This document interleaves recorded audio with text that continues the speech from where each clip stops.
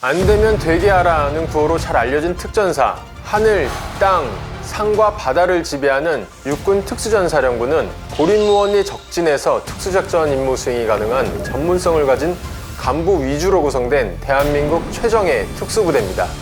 오늘은 특전사 훈련 중 하늘을 지배하는 강화훈련과 그들의 생명줄과 같은 낙하산에 대해 알아보겠습니다.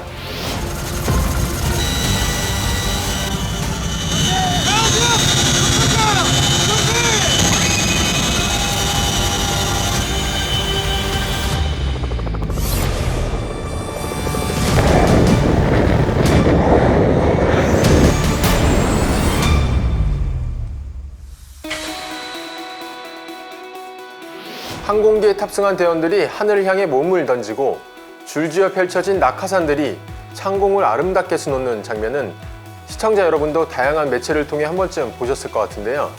이 훈련이 바로 강화훈련입니다.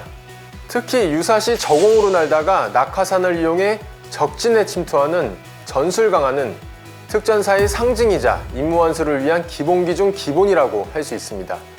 전술강화 외에도 작전 목적에 따라 고공강화가 필요한 때도 있는데 이 차이점은 잠시 뒤에 자세하게 설명해 드리겠습니다. 강화자는 선택받은 자라는 말이 있습니다. 전술강화를 하기 위해선 어떤 교육을 받아야 할까요? 전술강화에 앞서 모든 교육생은 특전사 예하 특수전 학교에서 공수기본교육과정을 거쳐야 합니다. 교육과정은 2주간의 지상공수교육과 1주의 강화훈련으로 진행됩니다. 특히 교육 마지막인 3주차에는 강화훈련만 지속해서 하는데 이때 다치지 않고 4회 강화에 성공해야 공수기본 자격을 받을 수 있습니다. 강화는 작전 목적과 전술에 따라 고고도 강화와 저고도 강화로 구분됩니다. 고고도 강화는 한로, 해모, 해오 총 3가지로 구분됩니다. 이 3가지 강화법은 고고도로 비행하는 항공기에서 이탈한다는 점은 같지만 낙하산을 개방하는 고도에서 차이가 있습니다. 먼저 한로는 고고도 이탈, 저고도 개방의 약자인데요. 전술 강화보다 2~3배 높은 고도에서 이탈해 자유 낙하를 하다가 지상에서 대략 3,500에서 4,000피트 거리에 도달하면 강화자가 고도를 확인한 뒤 스스로 핀을 뽑아 낙하산을 펼치는 방식으로 진행됩니다. 항공기에서 이탈해 낙하까지는 채 4분이 걸리지 않는다고 합니다. 해모와 해오는 각각 고고도 이탈, 중고도 개방, 고고도 이탈, 고고도 개방의 약자입니다. 한로와 마찬가지로 고고도에서 자유낙하를 하다가 해모는 중고도에서, 해오는 고고도에서 낙하산을 펼치는 강화 방법입니다. 3가지 강화 중 해오가 가장 먼저 낙하산을 개방하고 가장 먼 거리를 이동하는 개념으로 생각하시면 됩니다. 일반적으로 해오는 약 33,000피트 상공에서 항공기를 이탈해 25,000피트 고도에서 낙하산을 펼치는 방식으로 알려져 있지만 우리 군은 정확한 고도를 작전상 공개하지 않고 있습니다. 한로와 해모, 해오, 이 고고도 강화의 목적은 크게 다르지 않은데요. 적에게 항공기 소음을 노출시키지 않고 은밀하게 침투할 때 사용됩니다. 주로 주요 인물 구출, 대테러, 첩보 작전에서 활용됩니다. 고공 강화 자격을 얻으려면 특수전 전문 과정 중 하나인 고공 기본 과정을 수료해야 합니다. 이 과정은 지상교육 1주, 강화교육 5주로 진행되며 고공 자격 강화 22회를 달성해야 수료할 수 있습니다. 고고도 강화는 낙하산이 자동으로 펼쳐지는 저고도 강화와 달리 일정 고도에 도달하면 강화자 스스로 고도를 측정해 낙하산을 펼쳐야 합니다. 또 낙하산 종류도 다릅니다. 저고도 강화는 둥근 모양의 MC1 1C 낙하산을, 고고도 강화는 공중에서 오래 머무를 수 있고 정확한 낙하를 할 수 있도록 조종성이 높은 직사각형 형태인 MC4 전술 낙하산을 사용합니다.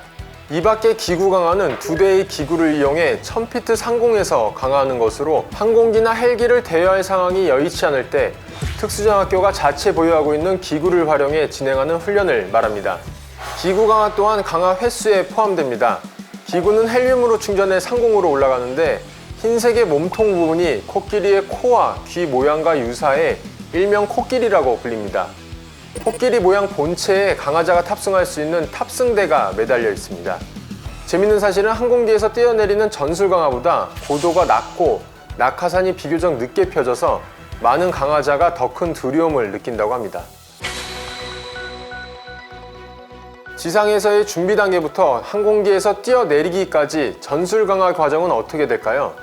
먼저 강하자는 장정대에서 낙하산을 수령해 몸을 풀다가 항공기 탑승 1시간 전에 낙하산 장비를 착용, 안전검사를 마친 뒤 대기합니다. 이후 항공기가 도착하면 미리 정해진 자신의 자리와 강하 순번에 맞게 탑승합니다. 항공기 이륙 후 생명줄을 고리줄에 걸고 표시등에 녹색불이 들어오면 대원들은 강하 조장의 지시에 따라 항공기를 이탈해 공중에 몸을 던지게 됩니다. 훈련 때는 안전상의 이유로 보통 10명이 한 조로 뛰어내린다고 합니다. 강하 후 착지까지 마치게 되면 낙하산을 수거한 뒤 집결지로 모여 낙하산을 반납하는 것으로 훈련은 종료됩니다. 강하할 때 대원들의 군장 무게도 만만치 않아 보이는데요. 침낭, 단화, 수통, 그리고 각종 장비들로 꽉 채워져 그 무게가 35에서 40kg에 이른다고 합니다. 특전사 군복 왼쪽 가슴에 붙어있는 공수 휘장, 강하 횟수에 따라 주어지는 공수 휘장은 7단계로 나뉩니다. 이 중 가장 높은 휘장은 1000회 이상 강하자만이 가슴에 달 수 있는 금장 월계 휘장입니다. 낙하산 월계 휘장 전체가 금색으로 빛나 일명 골드윙으로 불립니다. 지난해 7월 기준으로 특전사 현역 중 골드윙을 가슴에 단 대원은 39명에 불과하다고 합니다. 1단계는 낙하산 기본 휘장으로 공수교육을 이수하고 4회에서 19회 강하자에게, 2단계인 낙하산 은성 휘장은 강하 조장교육을 이수하거나 20회에서 39회 강하자에게, 3단계인 낙하산 월계 휘장은 고공강하 교육을 이수하거나 40회에서 99회 강하자에게 주어집니다. 4단계인 월계 금성 한계 휘장은 100에서 199회 강하자에게, 5단계 월계 금성 2개 휘장은 200회에서 299회 강하자에게, 6단계 월계 금성 3개 휘장은 300회에서 999회 강하자에게 주어집니다. 강하시 낙하산은 생명줄과 같아서 사용법부터 관리, 보관까지 전 단계가 매우 중요한데요. 지금부터 낙하산에 대한 궁금증을 풀어보겠습니다. 군에서 낙하산은 언제부터 사용했을까요? 초기 낙하산은 1차 세계대전 당시 각종 물자를 보급하는 용도였습니다. 조종사에게 낙하산을 지급하면 위험한 상황에서 바로 탈출할 것이고, 그렇게 되면 잃는 비행기가 너무 많을 것이라는 계산 때문에 사람에게는 지급하지 않았다고 합니다. 그러다가 1918년 낙하산을 군사적으로 이용할 수 있다는 유럽 일부 군사 전문가들의 주장에 따라 소련이 1928년 처음으로 대규모 정규군 공수부대를 창설했고, 뒤따라 독일 역시 낙하산 부대를 창설했습니다. 군에서 낙하산을 본격적으로 사용한 것은 참전국들이 공수부대를 창설하기 시작한 2차 세계대전부터라고 할 수 있습니다. 일반적으로 낙하산에 구멍이 없다는 생각을 하기 쉬운데요.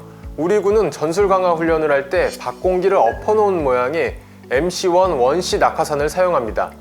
원형이 낙하산 뒤쪽에는 공기 구멍이라고 불리는 기공이 있습니다. 왜 낙하산에 구멍을 뚫어놨을까요? 낙하산은 캐노피로 공기의 저항을 늘려 그만큼 낙하 속도를 줄이는 것이 주 목적으로, 캐노피의 부피가 커질수록 공기 저항도 커지기 때문에 낙하 속도가 줄어들어서 강하에 유리하다고 생각할 수 있지만, 캐노피의 크기가 일정 수준 이상이 되면 제어가 어려워지고 속도 조절에도 불리하기 때문에 고안한 것이 기공입니다. 그렇다면 기공의 역할은 뭘까요? 첫 번째는 속도 조절을 용이하게 한다는 겁니다. 공기는 대류 현상으로 인해 위아래로 움직이는데, 위로 올라가는 공기가 낙하산의 기공을 통과하게 되고, 기공과 연결된 조종줄을 통해 기공의 크기를 조절함으로써 통과하는 공기의 양을 조절하고 공기저항을 높이거나 줄여서 낙하 속도 조절을 가능하게 합니다. 두 번째는 방향 조절을 가능하게 해줍니다.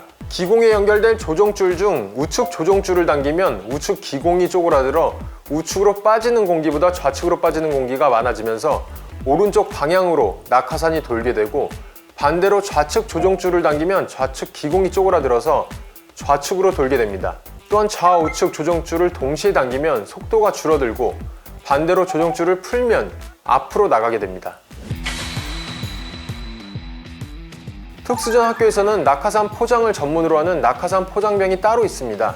낙하산 포장은 총 4주간의 교육을 수료하고 왼쪽 가슴에 푸른 낙하산 포장 정비 휘장을 단 장병만이 수행할 수 있습니다. 포장 단계는 11단계나 되는데 생명과 직결되는 만큼 이 과정은 모두 수작업으로 진행된다고 합니다. 각 단계를 종료할 때마다 포장 검사관이 이상 여부를 철저하게 확인한 뒤 다음 단계로 넘어가게 됩니다. 마지막 단계에 이르면 포장 검사관이 포장 진행 기록부에 최종 서명을 함으로써 낙하산의 안정성을 인증받게 됩니다. 또 낙하산 포장병은 자신이 포장한 낙하산을 메고 강화 훈련을 한다는 점도 눈에 띄는데요. 이런 훈련을 통해 낙하산 포장병으로서 자신감과 사명감을 높이고 있다고 합니다. 또 지난 9월 낙하산을 포장하고 전문적으로 관리하는 낙하산 포장 전문사가 국방 분야 국가 자격으로 신설되기도 했습니다. 다음으로 특전사는 낙하산을 어떻게 관리할까요? 포장이 완료된 낙하산은 항온 항습기를 설치해 항상 온도 19도에서 29도와 습도 45에서 65%의 최적 상태를 유지하는 낙하산 저장고에 보관됩니다. 일정 기간이 지나면 낙하산을 사용하지 않았더라도 다시 포장해야 하며 수명은 10년 이상이지만 300회를 사용하게 되면 폐기한다고 합니다. 지금까지 특전사 강화 훈련과 낙하산에 대해 알아봤습니다. 특전사는 추운 겨울에도 전방위 위협에 대응할 수 있는 능력을 갖추기 위해 강도 높은 훈련을 이어가고 있습니다. 대한민국 특전사를 응원하며 이번 영상을 마치겠습니다.